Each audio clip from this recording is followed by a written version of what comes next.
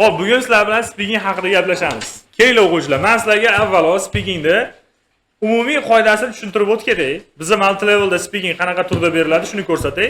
Ana undan keyin men sizlarga nimani o'rgataman? Speakingda qanday qilib oshirish yo'llarini sekin-sekin o'rgatib ketaman. Tushundingizmi? Speakingda qanday oshirishni o'rgataman. Har doim e'tibor bergan bo'lsalaring, testlarda general overview berilyapti. General overview degani umumiy tushuncha. Ana undan keyin maydalab ikir-chikirga kirish boshlanadi. General overview dan keyin nima qilinadi? Har bitta qismga alohida e'tibor berish boshlanadi. Xo'p. Speaking haqida gaplashganda bilishimiz kerak bo'lgan narsa avvalo speakingda tuzilishi. Ikkinchi narsa speaking savollari turlari, uchinchisi baholanishi. Ana undan keyin sizlar bilan qanday qilib speaking oshirish kerak, speakingni samarali ko'tarishning usullari qaysi haqida gaplashib ketaveramiz. Endi siz daftaringizga yozib qo'ying. Multi level speaking format deb qo'ying. Format degani shakl degani, ko'rinishi. Multi level speaking format. Menimcha ko'p yozdirmayman. Yozdirsam ham qisqa qilib yozdirib ketaman. Siz ham o'shani o'zingizga tushunarli qilib yozib ketsangiz bo'ldi. Multi level speaking format. Yozib qo'ydingmi? Endi eshitamiz. Eshitinglar. Multi levelda yangi speakingi o'tgan yil sentyabr oyida boshlangan.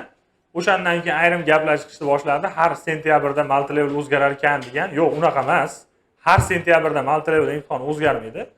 Prosta o'tgan safar bir marta shunaqa bo'ldi xolos. Nimaga yangicha speakingga o'tishdi desa, avvalambor o'zlarini speaking tizimini yaratishdi ular. Oldingi speakinglar IELTS bilan bir xil edi. Endi ular nima qildi? O'zlarini speaking tizimini yaratdi. Bu speaking qiyinmi, osonmi degan savolga shunday javob beramiz. Qiyin emas, oson emas.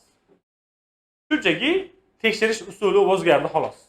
Mana misol uchun aytaylik, ona tili adabiyot fanida sizni bilimingiz tekshirish uchun test olish mumkin. Insho yozdirish mumkin, diktant yozdirish mumkin, to'g'rimi? Har xil usullar bilan sizni ona tili darajangiz tekshiriladi. Ingliz tilidagi speaking ham yo boshqa jihatlari ham xuddi shunday. Har xil usullar orqali nima qilinadi? Sizni darajangiz tekshiriladi. Agar speakingda final media, ya'ni general speaking qobiliyati yaxshi bo'lgan o'quvchi bo'lsa, menimcha yangi usul bo'ladimi, eski usul bo'ladimi, unga farqi yo'q, hammasida yaxshi gapiraveradi. Tushundingizmi? Yangi usulimiz 3 ta partdan iborat, main part. Faqat eshitinglar, oxirida yoziraman. Bu 3 ta partimiz o'z ichida mana bu partonimiz 2 ga bo'linadi. 2 ga bo'linadi. Undan keyin mana ikkinchi part va uchinchi part. Demak, jami nechta part bor desam, 2 ta deysizlar. Qaysi biri 2 ga bo'linadi desam, birinchi part deysizlar. Nechiga? 2 ga, 1 va 1 ga. Buni ham o'ziga yarasha farqlari bor. Eshitinglar. Darajalari part 1imiz A1, A2 bilan B1 darajadagi test savollar. Part 2 B2 darajadagi savol, part 3 C1 darajadagi savol. Savollar soni 1-1da 3 ta, 1-2da ham 3 ta. Ikkinchisida 3 ta, lekin bitta mavzuga doir savol. 3 ta bo'lgani bilan nimani gapirishimiz kerak? Bitta mavzuni gapiramiz. Uchinchi partda bitta savol bor xolos. Bugungi darsimizda bularning hammasini general overview'ni ko'rsataman xolos. Endi bularga haqida batafsil ma'lumot hozir bermayman. Faqatgina bugun sizlar bilan 1-1 haqida gaplashamiz. 1-1da shaxsiy ma'lumotlar almashiniladi. So'raydi sizdan: Mohinur qanaqa kiyimlarni yaxshi ko'rasiz? Nima ovqatlar yeyingiz keladi? Bo'sh vaqtingizni nimaga sarflaysiz? Nima ekan? Faqat uning shaxsiy hayoti haqida.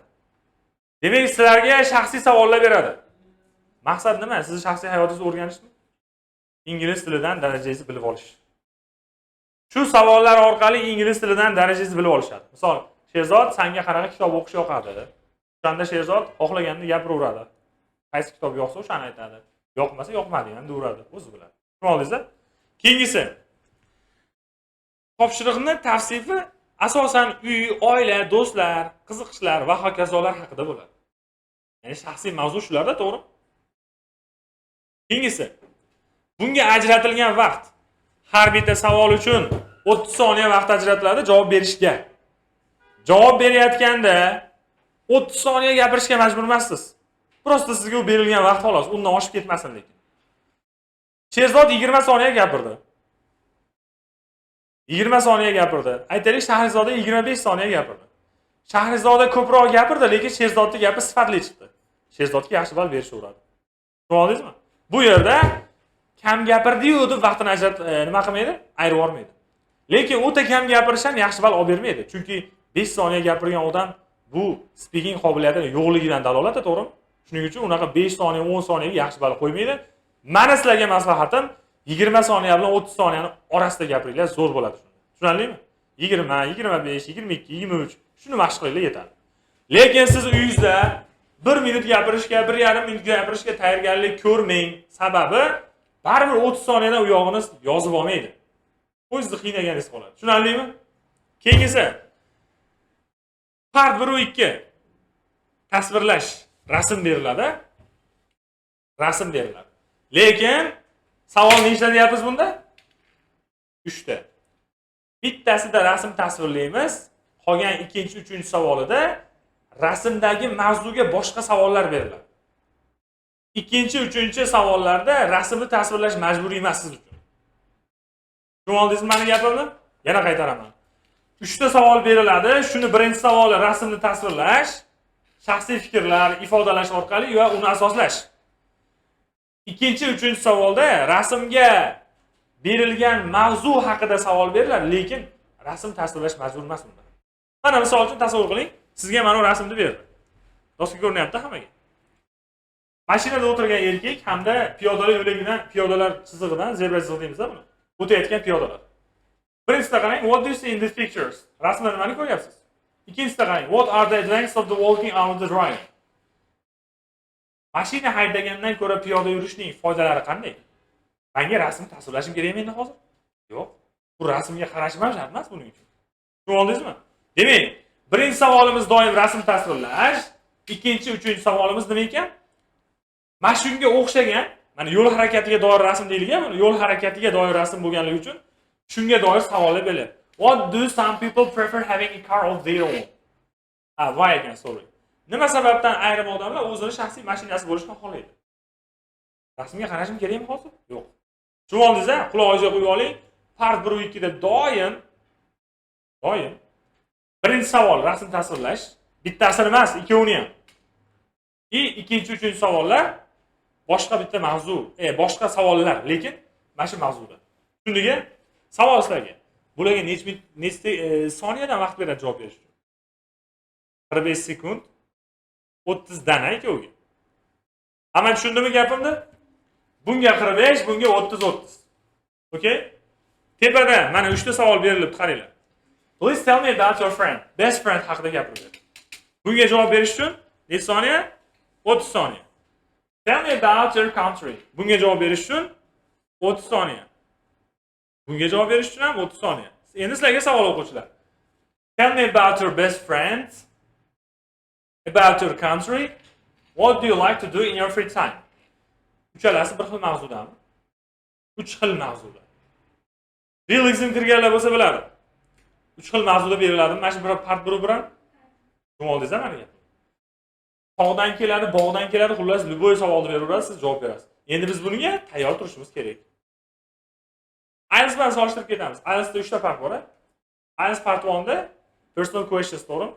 Shaxsiy savollar. Unda ham o'sha nimani yaxshi ko'rasan, nima bo'ladi, falon bo'ladi deydi. Rasm beriladimi IELTSda? Yo'q. Mana unga o'xshab har xil mavzu beriladimi? Yo'q, bir xil mavzu. Ovqat haqida gap boshlandimi? Bo'ldi. Pishirishni yaxshi ko'rasanmi, yeyishni yaxshi ko'rasanmi, nima ovqat yeysan, qaysi ovqatlar senda keng tarqalgan davlatingda. Tushundingizmi? Ovqat bo'lib ketaveradi.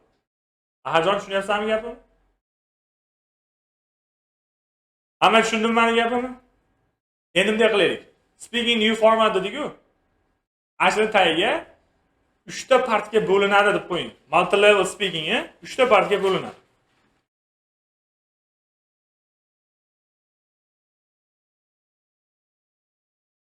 Qisqa qilib yozsak yetadi. Tagidan yozinglar. Part 1. Part 1. O'z ichida 2 ga bo'linadi. Part 1 va 1 2. Shahzoda boshni ko'taring. 1 va 1 2.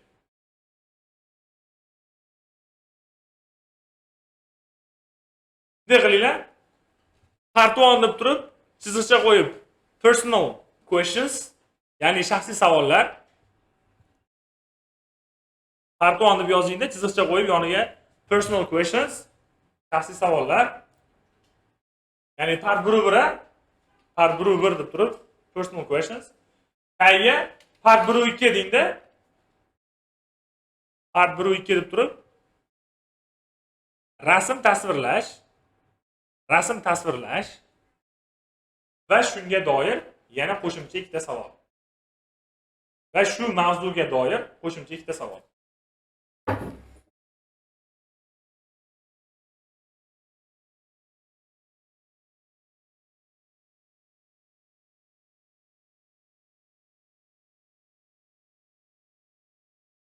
Hurmatli o'quvchilar,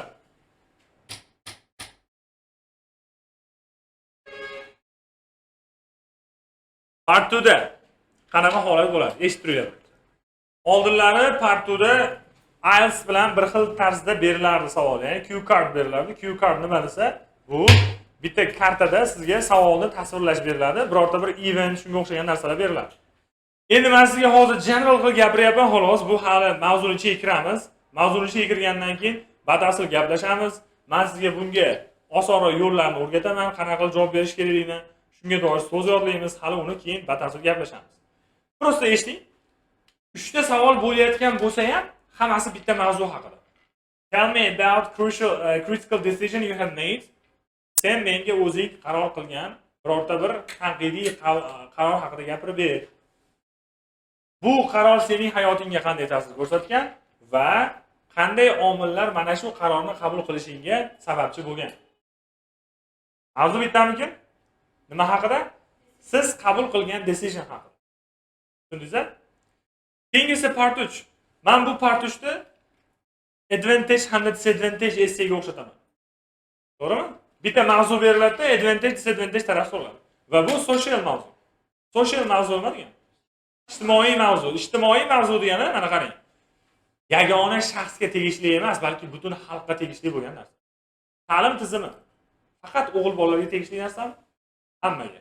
Oziq-ovqat sohasi hammaga tegishlimi? Hammaga. Tushundingizmi meni gapimni? Social degani shu. Endi bunday qilamiz. Speakingda part 2 hamda part 3 deb turib, part 2 ga nima deydilar yoniga? Yozingda part 2 ni. Men aytib turaman nima deysiz.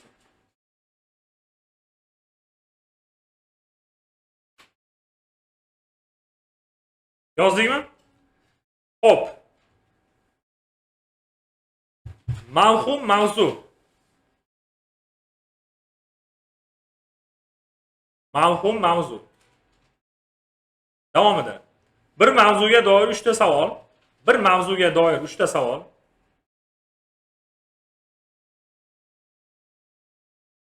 Uchta savol va rasm beriladi. Rasm beriladi. Rasm tasvirlash majburiy emas. Rasm tasvirlash majburiy emas. Ya'ni umuman tasvirlamaysiz demoqchiman. Savol tug'iladi. U rasm nimaga beriladi bo'lmasa, tasvirlash kerak emas ekan. Savolga tushunish uchun, savolga sizga yordam berish uchun. Endi qaranglar o'quvchilar. Part 2 haqida endi keyingi mavzularga qoldirdik, gaplashdi. Part 3 haqida ham qisqa yozib qo'ysak yetadi. Part 3 deganda social yoki ijtimoiy mavzu deb qo'ying. Social yoki ijtimoiy mavzu.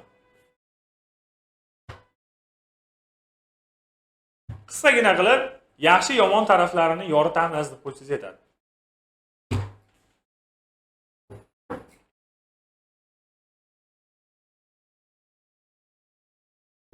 Yaxshi yomon taraflarini yoritamiz deb yetadi. Qaranglar. Bugun asosan part 1 gap bo'yicha gaplashamiz. Kelinglar, shu joygacha savol bormi? Mana shu speaking tuzilishi bo'yicha. Qanaqadir savollaring bormi? Yo'q-a? Hozircha bunday qilamiz endi, qaranglar. Ozgina bo'lsa ham savolning shakllari bo'yicha tushunchangiz hosil bo'lgan bo'lsa, endi men sizga speakingni qanday qilib ko'tarish, speakingni noldan boshlash haqida tushuncha beraman. Qaranglar o'quvchilar. Hammamiz ham speakingni qanday boshlashni bilmasligimiz mumkin, ha? Speaking boshlashda qiynalishimiz mumkin. Men o'sha bo'yicha sizlarga ozgina tushuncha beray, keyin davom etaveramiz. O'zi speaking deganda ham mana bu narsani tushunsa bo'laveradi.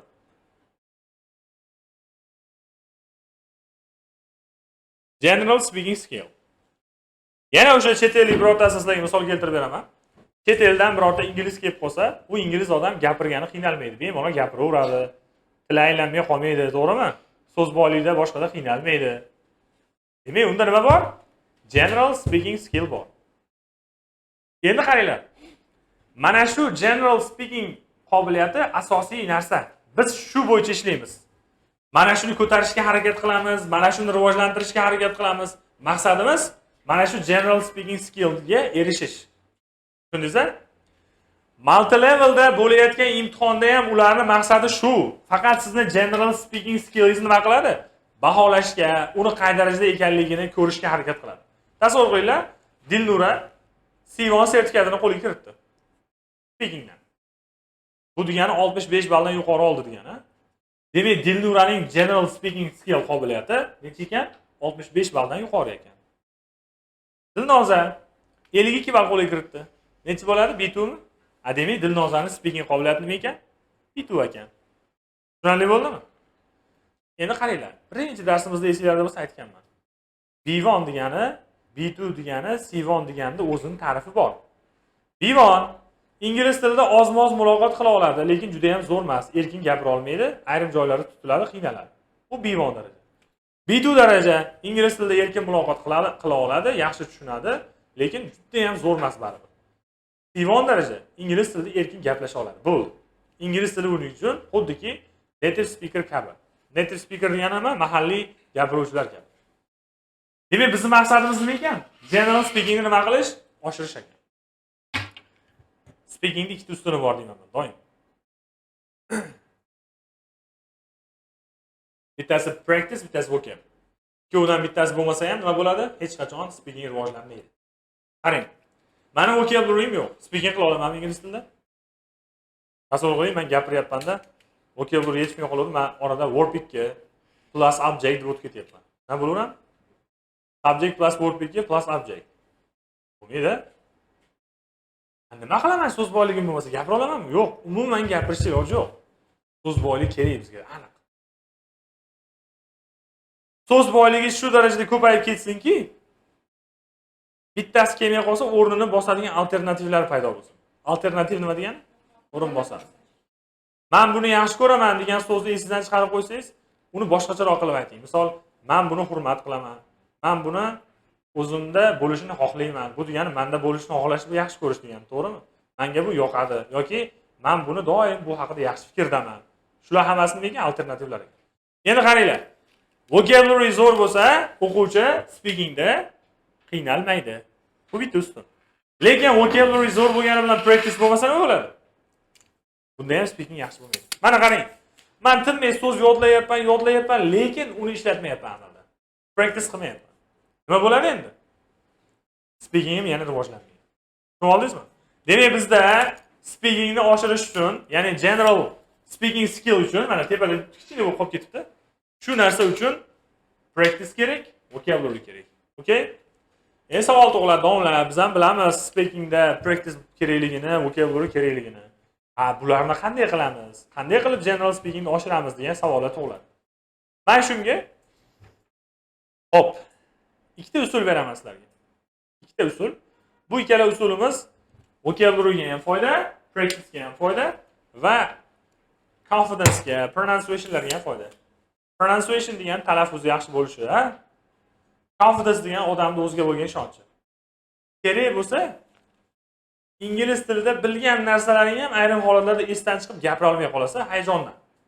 U nimadan? Odamda confidence yo'qligidan. Confidence degani nima ekan? O'ziga bo'lgan ishonch. U qachon rivojlanadi? Qachonki practice juda ham ko'p bo'lsa va yana bir ikkita usullar bor, o'sha narsalar ko'p bo'lsa keyin rivojlanadi. Endi qaranglar. Sizlar bunday qilinglar daftarlaringga. Mana speaking o'rniga general speaking skill deb yozib turib, ikkita ustunni mana shunga o'xshatib chizib qo'yinglar. Vocabulary and practice. Mana uni o'rniga general speaking skill dengda, pastiga practice and vocabulary deb qo'ying.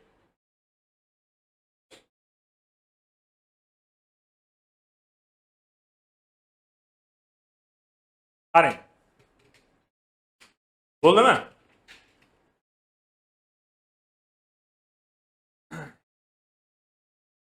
Oramizda speakingni rivojlantirish uchun dugonlar bilan boshlaganlar bormi? Hech practice ko'rganlar bormi? Hamma ham birinchi dugonasidan boshlaydi. Keldik, bugun speaking qilamiz birga. Mana shunaqa speaking oshiramiz. Bo'ldi. Menga o'zbekcha gapirma bugundan boshlab. To'g'rimi? Faqat inglizcha gapir. Xo'p deydi-da u ham. Jicha gapirishni boshlaydi. Qo'ldan kelgancha sal-pal gapiradi, bir-birini ustidan kuladi. Qarasa gaplar juda chatoq chiqyapti. Keyin speakingdan boshlangan mavzu sekin o'zbekchaga o'tib ketadi. Sekin o'zbekchaga o'tib g'iybatga burilib ketadi. Oxiri borib kimnidir g'iybat qilish bilan tugaydi. To'g'rimi? O'zi asli maqsad speaking qilish bo'lgan, lekin mavzu aylanib nima bo'lib ketdi? Mavzu qizib ketib qoldi-da. O'zbekchada g'iybatga o'tib ketib qoldi. To'g'rimi? Endi sizlarga bitta narsani o'rgataman. Vaqtim yo'q ham demaydi. Speaking practice qilaman desangiz, sizdan pul ham so'ramaydi. Sizdan aytaylik ustingizdan kulmaydi. Sen yaxshi gapirolmaysan, ahvolingni qarayam demaydi. Tushundingizmi? Ya'ni sizga u faqatgina foyda beradi. ChatGPT emas, boshqa narsa. YouTube ni ochamiz. YouTube. Yoshga qarab turinglar, ochmay qo'yinglar. YouTube ni ochamiz va Ross IELTS speaking deb qidiramiz. Yozib olasizlarmi? Ross oddiy R bilan ikkita S. Ross IELTS speaking. Band nechi qo'ying? 9 qo'ying mayli. Band 9. Qaranglar mana.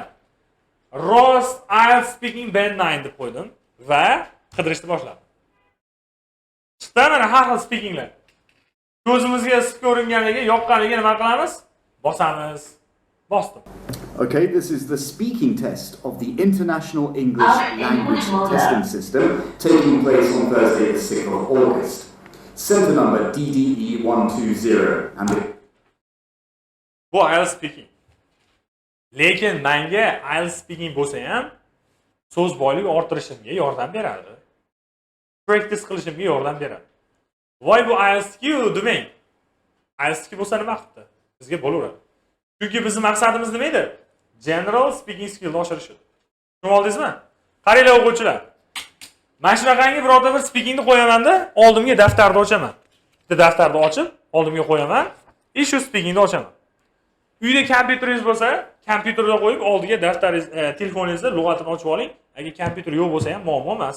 Ikkita telefon bo'lsa zo'r bo'ladi. Ya'ni bir kishinikida nima qilasiz? Videoni qo'yasiz, ikkinchisiga lug'atni ochib olasiz. Bitta telefon bo'lsa-chi, unda ham eplasa bo'ladi. Uyimizda telefon bitta edi, shunga qilmay qo'yardim. Demang kelib olib, yoki uyimizda kompyuter yo'q edi demang. Tushunarlimi? Qaranglar. Ochaman. Ochganimdan keyin eshitishni boshlayman. Nima deyapti? Bu speaking place Thursdayda 6-avgustda nima bo'ladi? Bo'lib o'tyapti. Take place nima ekan? Bo'lib o'tmoq. Tepaga chiqarib olsang ham bo'laveradi. Bo'lib o'tmoq. the candidate is Sarah Odema. Candidate Sarah Oda.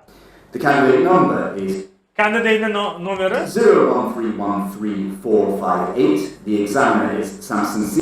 Bu yerlarimizgacha unchalik zararlanmas. Asosan speakingni boshlasa kerak. Please, examiner number 443533.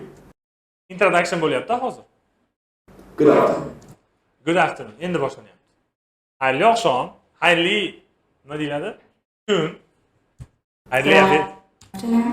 Good afternoon. My name is Samson. Would you please My name is Samson. Would you please tell me your full name? tell me for your full name? Shu joyda pauza qilasiz. Savolni eshitdingiz-a? Pauza qilasizda, mana odamning savoliga endi o'zingiz javob berasiz. Tushunib oldingizmi? Javob berayotganda savolni tushunib, o'ylab, shoshilmasdan javob beravering. Sizning ustingizdan hech kim kulmaydi. My full name is Palonchi Pistonchi. You can call me by my first name Palonchi. This is ham bo'ladi. Ya'ni you can call me degani meni chaqirishingiz mumkin ismim bilan. Tushunarlimi? My name is Sarah Odema. Thank you. May I see your identification? Identification passport bu. Pasportingni ko'rsam maylimi? O'sha shaxsni tasdiqlovchi narsa. Rostdan ham san ekansan deyapti. Thank you. In the first part of the exam, I In the first part of the exam, will ask you some personal questions. qanaqa savollar so'rar ekan? Personal questions. Shaxsiy savol. Are you a student or do you work now? Are you a student or do you work now? Tushungan emassiz bular. Sen ishlaysanmi, o'qiysanmi? Tushundingiz-a? Javob berayotganda yes, no deb javob berib o'tirmaymiz, to'g'rimi? Bu savollarni berishdan bularni maqsadi bizni speaking qobiliyatimizni tekshiryapti. Misol uchun, Sherzod qara, Ahadjon. Nima yozyapsan? Hozir yirtib basharingga otaman shu yozgan narsa. Bildingmi? Tushunmadim. To'g'ri? Qaranglar. Tasavvur qiling, ko'cha-ko'yda bitta g'irt begona odam bilan ko'rishib qoldingiz. Yaxshi gapirsangiz, sizni yaxshi odam ekan deb o'ylaydi. Yomon gapirsangiz, yomon odam ekan deb o'ylaydi, to'g'rimi? Lekin siz yaxshi odam bo'lib turib, unga yomon gapirib qo'ysangiz ham u siz bo'ldi, yomon odam deb o'ylayveradi. To'g'rimi? Yaxshi odamsiz siz. Shu paytgacha yaxshiliklar qilgansiz. Lekin haligi odamga yomon jihatingiz ko'rinib qoldi-da. Bo'ldi, sizni xayolida u siz nima bo'ldingiz? Yomon odam deb hisoblab ketdingiz. Nima demoqchiman? Speaking olayotgan odamga ham siz o'zingizni yaxshi qilib ko'rsatishga harakat qilishingiz kerak. Yaxshi balo olish uchun. Menga hozir sen studentmisan yoki ishlaysanmi dedi. Men javob beraman endi bunga. I work at school as a teacher. Oddiy gap bo'ldi. I work at school as a teacher. Men maktabda o'qituvchi bo'lib ishlayman. Bo'ldi. Buni ko'radida present simple zamoni hamma bilgan eng oddiy so'zlar. To'g'rimi? Ingliz tilida birorta gap ayting desa, how are you demaysiz, to'g'rimi? Uni hamma biladi, to'g'rimi? Qaranglar. Are you a student desa, nima deyish mumkin? Agar student bo'ladigansiz.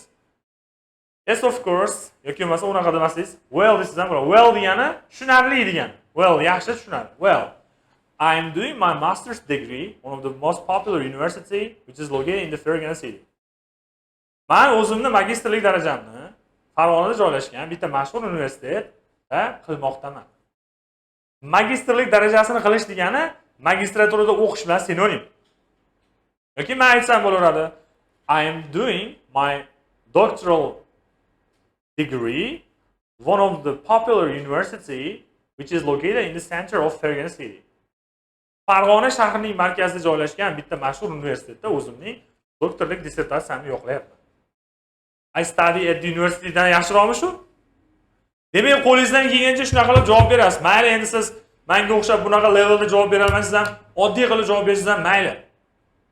Javob berib bo'lganingizdan keyin bitta enterni bosasizda. Presently, I am working as a teacher. Buni javobini eshitasiz. Presently, I am working as a teacher. Okay. Juda qisqa javob berdi. Endi partwan o'zi jam muhim qismi ham emas u. Bu yerda nima olishimiz mumkin? Presently so'zini olishimiz mumkin. Presently degani nowadays sinonim ekan. O'zingizga bitta sinonim qo'yib oling. Davom. And why did you choose this job? Why did you choose this job? Bu ishni nima tanlagansan? I chose to become a teacher because I chose to become a teacher because I feel like teaching is part of me. I felt like teaching part of me. O'qitish bu mening hayotimning bir qismi bo'lagi, demoqchi. And when I am in the classroom, men classroomdaligimda, savol. I am in the classroom qaysi zaman? Very simple. I really feel happy that I help my students improve themselves. I really feel myself happy and I help my students improve themselves In a wide range of areas. Range of areas.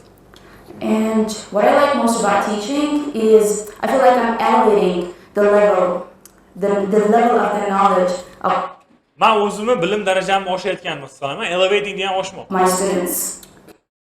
Studentlarimni. Xullas qaranglar. Savolni eshitaman-da, avval o'zim qo'limdan kelgancha javob berib ko'raman. Javob berib ko'rganimdan keyin xato qildimmi, boshqa qildimmi farqi yo'q. Endi yana nimani bosaman-da, pauzani bosib, endi uni javobini eshitaman. Bu o'quvchi necha ball olibdi? 9 olibdi. 9 olgandan keyin albatta sizdan ko'ra yaxshiroq javob beradi.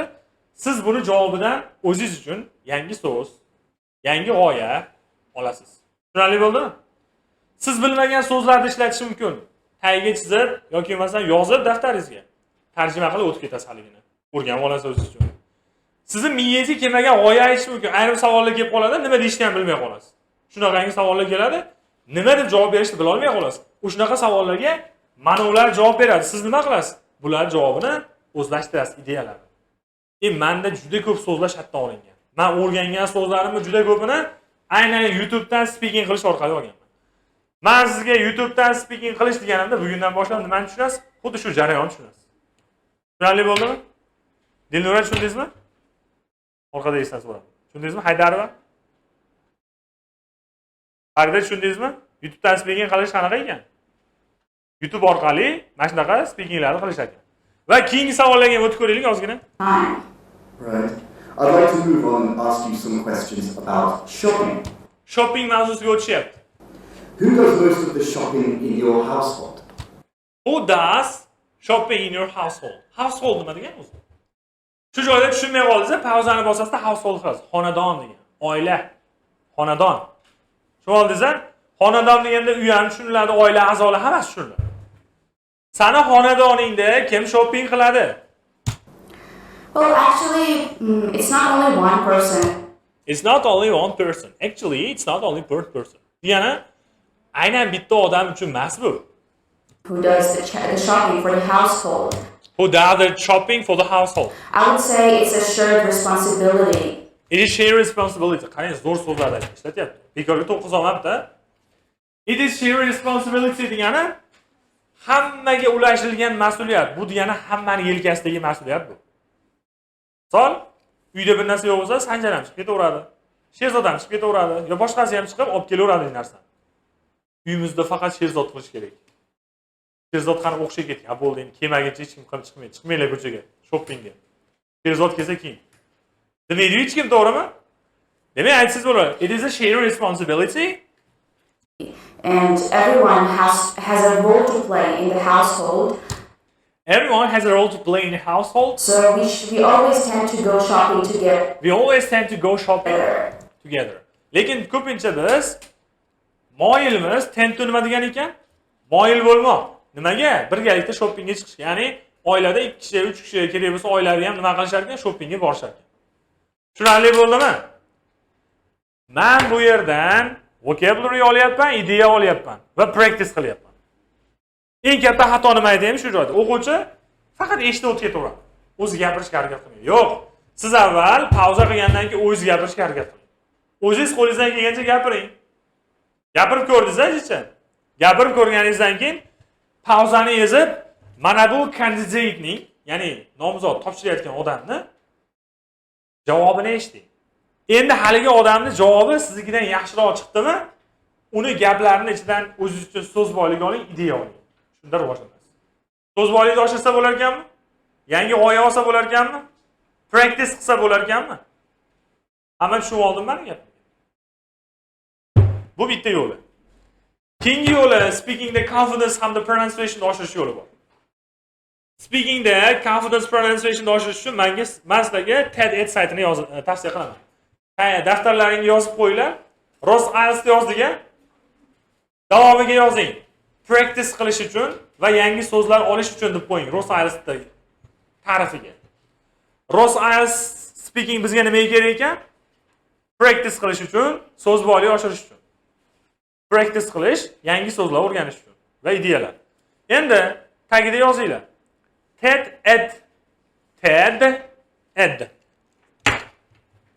TED chiziqcha bilan yozsangiz ham mayli, alohida yozsangiz ham mayli. Ed. Ko'rinyaptimi doska? Mana. TED. Bu qanaqa kanal? Bu kanalda har xil narsalar topsa bo'ladi. Men yozdim TED. Animatsion videolar chiqib ko'ryapsizlarmi? Animatsion videolar. Men bu videolardan nima uchun foydalanaman? Men shu videolarni birortasini ochamanda Where did dragons come from? Dragon nima? Ajdarho. Ajdarho tushunchasi qayerdan paydo bo'lgan? Ajdarho tushunchasi qayerdan paydo bo'lganligi to'g'risida mana shu videoda 5 minut ma'lumot berdim. 5 minut xolos. Men bu videoni ochamanda From the Chinese long. Subtitrini yoqib olamanda mana bu yerda ko'rgan narsalarimni pauza qilib haligi o'qiyotgan odam bor-ku, orqasidan qaytarib ketaman. From the Chinese line to the Filipino Bakunawa, Filipino Bakunawa, the Scottish Behir Scottish beer to the Greek. to the Greek Hydra. Dragons have inflamed imagination Dragons have inflamed imagination for for millennia. millennia. Bu so'zlarning hammasi bizga kerak bo'ladigan so'zlar. Birinchidan, buni pauza qilib orqasidan qaytaradigan bo'lsak, bu ingliz tilida shadowing deyiladi. Shadowing degani haligi uni gapini orqasidan qaytarish. Bu bizga nimaga foyda beradi? Bu bizga confidence oshirishga foyda beradi. Confidence nima ekan? O'ziga bo'lgan ishonch. Ha? O'ziga bo'lgan ishonch. Odamda confidence ortadigan bo'lsa, speaking practice ham qiynalmaydi unchalik. Uni kamiga mana bu so'zlarning o'qilishini ham nima qilasiz? To'g'ri o'rganib ketasiz. Men sizlarga aytganman-a, pronunciationda to'g'rilashning eng yaxshi yo'li o'sha so'zni yodlayotganda birato'la pronunciation bilan yodlab ketish. So'z yodlayotganda qoidaga qarasangiz adashib ketasiz. A'dan keyin B kelsa palon o'qiladi, B'dan keyin C kelsa piston o'qiladi degan qoidalar odamni doim adashtiradi. Lekin to'g'ri, bu qoidalarni ham bilish kerak. Lekin faqat shu qoidaga yotib olmasligimiz kerak. Savol sizlarga. Ikkita O harfi kelsa qanaqa o'qiladi? Ikkita O harfi kelsa. Ammo book deychi. Men book deyapman. Tavba qildim. Ular eshitmaydimi? Men zo'r bo'lib tanishim bor. Book deychi. Bookmi? Nega bug demayapsiz? Yo, men sizdan so'rayapman, ikkita O kelsa, A keladi deyapsiz. Nimaga bug demayapsiz? Ikkita O bo'lsa, nima deb o'qiladi? U deb o'qiladi. Xo'p, endi floor deylarchi? Flur bo'lmaydimi? Dur bo'lmaydimi? Eshitdinglar? Bularni bitta qoidaga tushirish qiyin. Ikkita O kelsa u o'qiladi, A o'qiladi deyishimiz qiyin. Undan ko'ra tinchgina keladigan holatiga qarab yodlagan yaxshi. Misol uchun to'g'ri. Ko'pincha ikkita O harf kelsa u o'qiladi. Book, look. Lekin istisnolar juda ham ko'p. Mana bu qiz aytayotgandek blood, to'g'ri. To'g'ri aytyapsiz, lekin asoslab bermaysiz fikringizni. Istisno bu. Floor, o o'qiyapman, floor, door, o o'qiyapman. U o'qimayapman, dur demayapman. Dur. Durakdagi durda aytmayapman, to'g'rimi? Yoki floor demayapman. Men nima deyapman? Hammasida har xil o'qiyapman. Demak, pronunciation to'g'rilash uchun tinchgina o'sha so'zni qanday o'qilishini birato'la yodlab ketgan ma'qul. Uni bilishingiz uchun mana sizga zo'r joy. Xullas buni ham nima qilasiz? As evidence that fire-breathing beasts lurked nearby. Beast nima degani? Sherzod? Men desam ham tushunaveramiz. Nima bu beast? Qancha? Beast. Maxluq degani. Tushundingizmi? Maxluq. Demak, mana shunaqa so'zlarni nima qilishimiz kerak? Yodlab ketishimiz kerak. Qarang. O'zlaringni oldilaringga bitta vazifa qo'yib olinglar. Men hozir bitta YouTubedan speaking qilaman-da, 10 ta so'z yodlayman. 10 ta so'z, ko'pi ko'p endi. Men TED saytidan bitta videoni shadowing qilaman-da. Nima qilaman? Buning ichidan ham 10 ta so'z yodlayman deb o'zlaringga nima qilinglar? O'zlaringga bitta talab qo'yinglar. Bu narsani men sizga vazifada beraman. Eshitdinglar, vazifa shu bo'yicha. Bitta YouTubedan, bitta TED saytidan videoni ko'rib, men aytganimdek qilib practice qilasiz. Men buni qayerdan bilib olaman? YouTubedan ham, TED saytidan ham 10 tadan so'zni nima qilasiz? Daftaringizga yozib kelasiz. Men daftaringizni ochganimda, Dilnoza qani hali YouTube'ing desam, domla mana YouTube 10 ta so'z yodladim, mana shu so'zlar.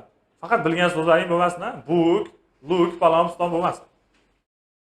Keyin TED saytidan qarasam, mana domla uni TED saytidan deb nima qilasizlar? So'zlarni menga ko'rsatasizlar. Bu bir. Ikkinchisi, mana uni oxiriga yetib keladi-yu. Mana oxiriga yetib keldi, ko'rdingmi? Ashunda bitta screenshot qilamiz-da. Screenshot qilib, YouTube speakingni hamda TED saytidan screenshot qilib, mana lichkamga tashab qo'yamiz. Tashagandan so'ng Qayga ism, familiya va guruhni yozib qo'yasiz. Misol uchun, Ro'zmat va Ruxshona nechinchi guruhimiz? Birinchi guruh. Tushunib oldingizlar? Bugundan boshlab mana shu sizlar uchun vazifa. Keyingi vazifani ham tushuntirib qo'yib beradilar.